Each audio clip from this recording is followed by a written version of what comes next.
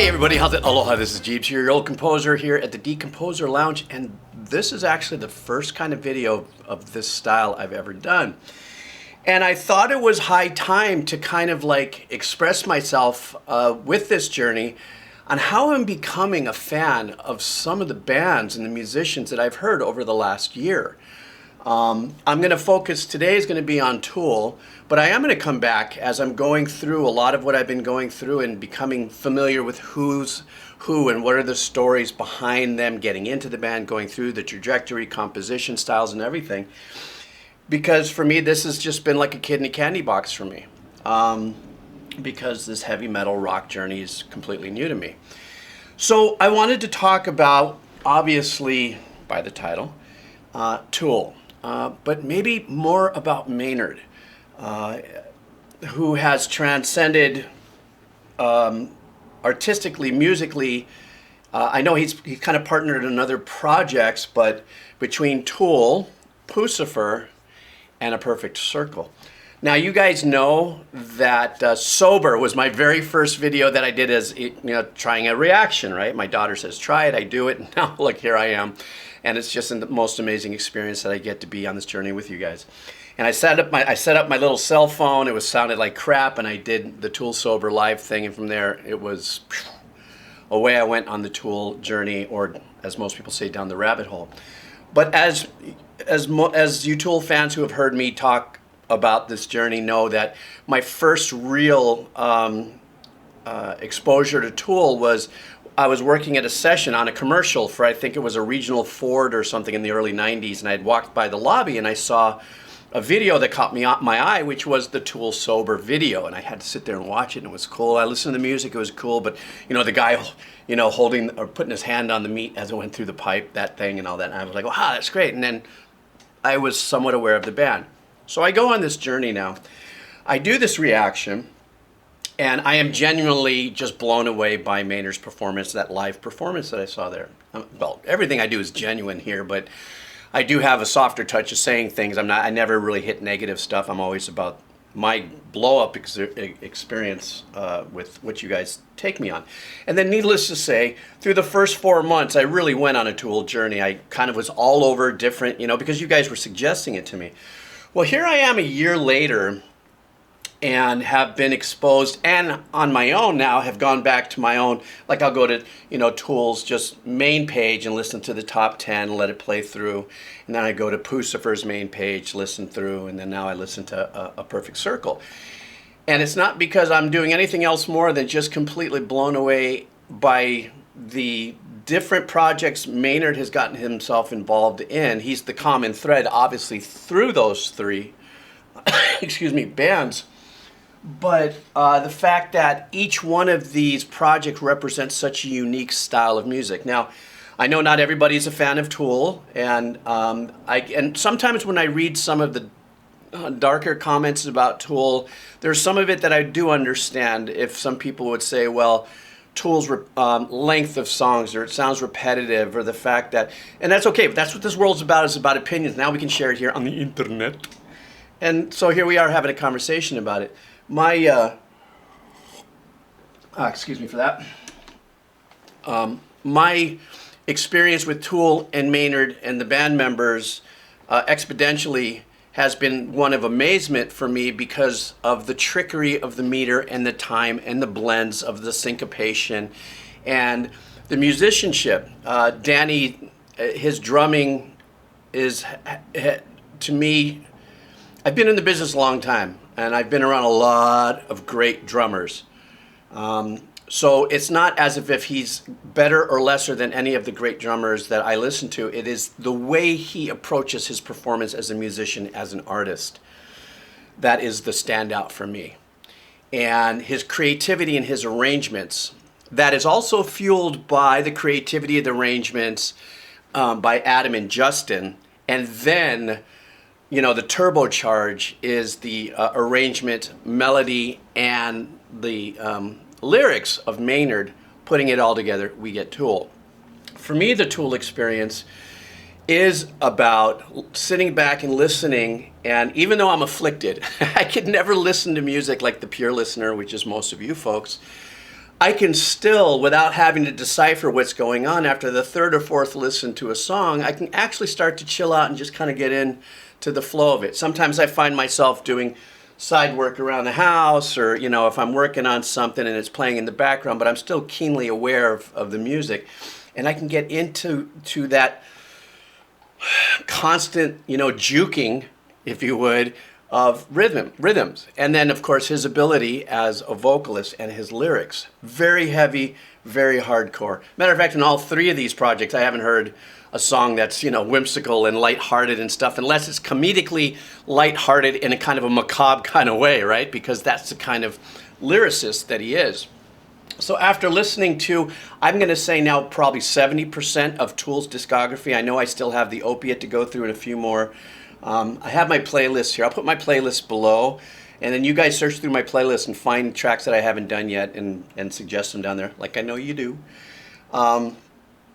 I feel that my exposure to Tool has really brought me the awareness of the uniqueness of their abilities to compose based around rhythmic value. I remember in one of the albums, and also an interview I caught with him and Joe Rogan, which was about the Fibonacci sequence. And I didn't quite hear that it was said that they had structured the song starting off with that, but perhaps maybe falling into the realization that that's what they were creating was based on that. I don't know if I heard that. If there is something that's definitive out there in an interview, if you guys send me the link, I'd love to watch it. I'm just super curious. I'm not about being right or wrong. I'm about learning and being informed. And so, with you guys helping me with that. And so I found that very intriguing, because also the Fibonacci sequence is a very powerful rhythmical tool, if you would, in India and in their what I would call Eastern music theory. There's Western music theory, there's Eastern music theory. And so I had found some crossover relationship between the Fibonacci and obviously the Indian percussive style. I forgot what the name of that is. Forgive me, no, I don't mean offense by that. I forget, I'm Bobo. A lot of injuries here, a lot of knockouts, hockey, brain scrambled eggs. And so for me, the Tool experience has been that of, just cranking and tweaking my rhythmical sense and enjoying the fact that there is a common thread through each song, even though sometimes it's hard to find the one. I think sometimes one of the common threads that keeps me at least intertwined is the fact that in most cases they're in one key, right? It's not like it's a known secret that I think they really love the key of D, and they do that. Or a lot of their songs don't have a lot of chord changes, but are focused on these, rhythmical arrangements and stuff. And the heaviness of the lyrics too. This is why I think a lot of people's souls pull through Tool. If your emotional state embraces what it is that these songs are written about, then I can understand how this is book. You know what I mean? And but then what ended up happening is through this journey, people started saying, hey man, you got to check out A Perfect Circle. So I think my first song was 3 Libras, and then all of a sudden I just go, whoa, what is this? Like, I was really pulled into, I think, A Perfect Circle. I would have to say, and forgive me, you hardcore Tool fans, this is where I drift, and I think, am I more of a Maynard fan than I am a Tool fan? And exponentially, that doesn't mean I like Tool any less. It's just an amazing thing from my point of view as a creator, as an artist, as a composer, that he has this ability to cross over these different styles. A Perfect Circle, to me, is probably the most powerful project of the 3. And I'll explain why. I think for me, as still a common listener of music and songs, the approachability of the fact that the songs are written within a pop contemporary song structure. And what I mean by that is that there are identifiable hooks, nothing over maybe 4.5 minutes. It keeps you wanting to, put the needle back. Goes to show you where I'm coming from, or hit the rewind button, or the loop, and wanting to listen more into it, because now the hooks are getting a lot more embedded, and it seems to be that the production is at a different kind of a level than Tool. And when I'm saying level, I'm not saying here. It's a different level. It is more powerfully produced, arranged. The engineering is a lot more, let's say, intense. only because multiple instruments are happening. There's different kinds of arrangements that are going on there. Each one of those songs require, or that I've heard in my short journey through A Perfect Circle, require different kinds of mixes in a single project, you know, because of the fact that the songs are written differently. And I like the powerful blend of composition and rock and everything that Maynard, you know, seems to have his hand on, and also the band members. Now that's another thing too. I mean, when I'm talking about Tool and A Perfect Circle too, don't forget that for me, I'm very aware that the band members also are a huge influence in the creativity of these projects.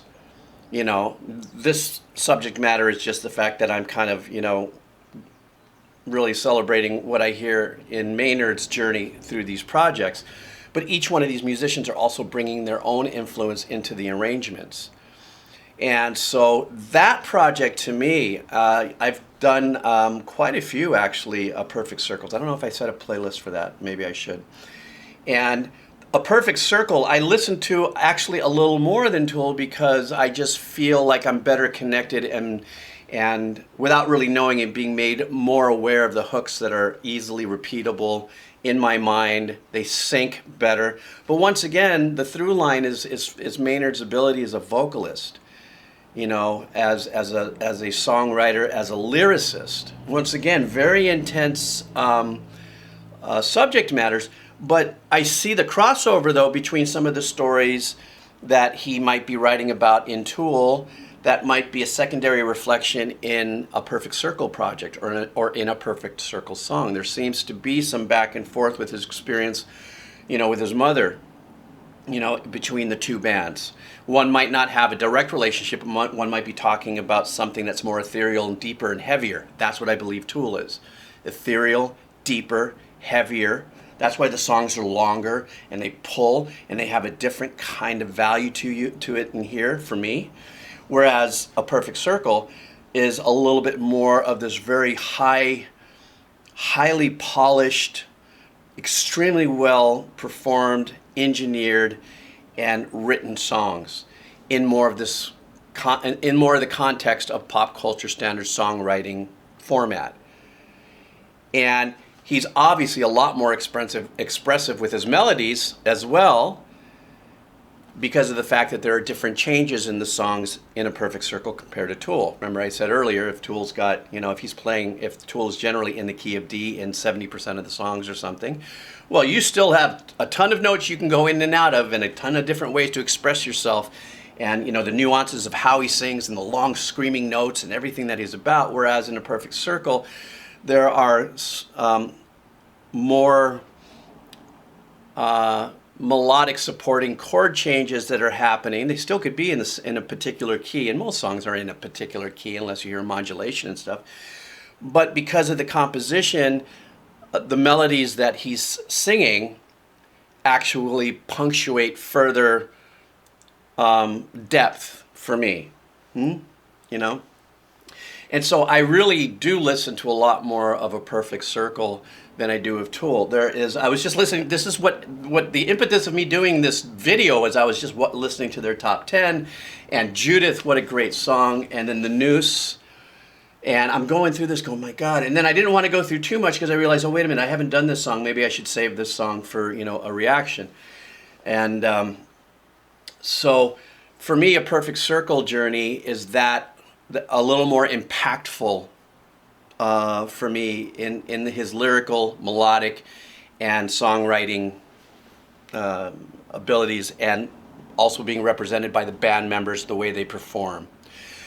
Now, Pucifer, for me, is where I feel like the step away is, there is this injection, if you would, and because of my limited knowledge of artists and stuff, it's almost like there's these influences, these Trent Reznor style influences and loops and unique synth things that they do in that project. So there's still really super great songs that are in there, but if you listen to the engineering and the approach and the composition is a lot more experimental and are pushing different boundaries sonically, for me. And so when I listen to Pucifer, and I have not spent as much time on Pucifer as I probably should have before I do a video like this, But I did keep it on the playlist the other night, I think, for just that top 10. And I know there's deeper ones. I know those are the ones that, are just the ones everybody, likes to listen to. And that's what shoves on Spotify these songs to a top 10.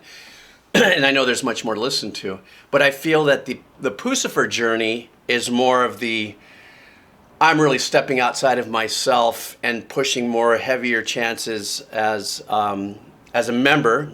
I don't know if Maynard built that band, or if it was your usual bunch of people get together and say, hey, let's do a project, or if he was the point person and assembled it because he wanted to do something different. But this is really super different. So each one of these projects that are in represents such a unique brushstroke of his creativity. Be it vocally, lyrically, what he's hearing in his head. This is all happening in his head. I just got through doing a podcast with this composer in Scotland. It should be out in the next week or so. Maybe I'll share it with you here. And we were talking about the fact that he's in, or was it Ireland? I'm sorry. Ooh, forgive me. And Paul, this great guy, Paul, super guy. He lives up there. And it was funny. We were having this conversation on this podcast, and then come to realize we're both surfers. Except up there, he's got to wear a 5mm wetsuit and the gloves and the booties. And over here, a cold morning for me, the water's 72. So we laughed about that. But the fact is that we go out in the water. This is that thing that we love to do that is almost more powerful to us than music. Than, let's say, maybe Maynard with his wine. You see, I'm going somewhere with this. Maynard with his wine, if he's out there loving his experience. I'm only assuming. I don't even know if this is true or not, but it would feel that way because as creative people, I go paddle out, and in my brain, I'm still writing and arranging and composing. I'm still in my head doing this, even though I'm doing something that has nothing to do with music. It's still happening. I'm gonna hedge a bet, possibly, that when Maynard's out doing what he loves to do with his wine, and he's looking at his fields, and he's just in his glory about how his grapes are developing in the process, there's still a secondary process of constant, composition, at least in my world. Maybe that wasn't really safe for me to say, here's what I think could be happening, but I just did, so I can't take it back. If you notice, there's no edits in this video, so I'm just going, pew! But anyhow, just to get back finally and wrapping it up with Pucifer, Pucifer does have a lot more risk-taking elements in its composition by adding these loops and these very unique arpeggiations that are happening synth-wise. They're still very musical and still very powerful, but it's almost like if I was to sit there and say, out of the 3 projects I just talked about, Pucifer would be that one where he's really stepping. I mean, even when you look at the artwork of his albums, or of their albums, of Pucifer albums and stuff like that, very unique and really going for way out there kind of, energy, if you would, and so that's what I see in it. But to wrap this up, this video is much longer than I expected. I don't know if anybody's still here, of course. If you are, you can type in, I'm still here. But I just thought that I really wanted to share this because this journey that I've been on with this channel, not only Tool, Radiohead, Mastodon, Meshuggah, Periphery, all of Nightwish, so many bands. My whole musical experience has changed because of this channel. Because I was stuck in my rut. Okay, you want a commercial? I'll write a commercial. Oh, you need some this? Yeah, okay. But I'm like the monkey with the cymbal and the tom, and the big drum, and I'm just like I'm milling out music, and I could never write pieces of music. I'm not in the record business. I'm not in the songwriting business. And then especially jumping in with this channel and then you guys guiding me has given me just an incredible rejuvenation of joy for this, because also my final words is what's wonderful about this channel is the amazing musicianship and composition skills that I've heard across the board. Because I was not into music as far as records and albums and stuff. Yeah, passively I heard it and stuff like that. This journey's been like, oh my, listen to what they're doing. Oh, this is crazy. Be be it meter changes or modulations or symphonic metal or very creative uses and stuff. I was completely clueless until this channel started because I was in my own bubble. I was done. But this journey with Tool was the very first journey where I really started to reflect on it and go, wow, man, so much great stuff out there. Anyhow, I want to thank you so much. If you're still here, type in I'm still here. You can check out the playlist I have of Tool down below. If there's any songs you think I may have missed, you know, put that down there.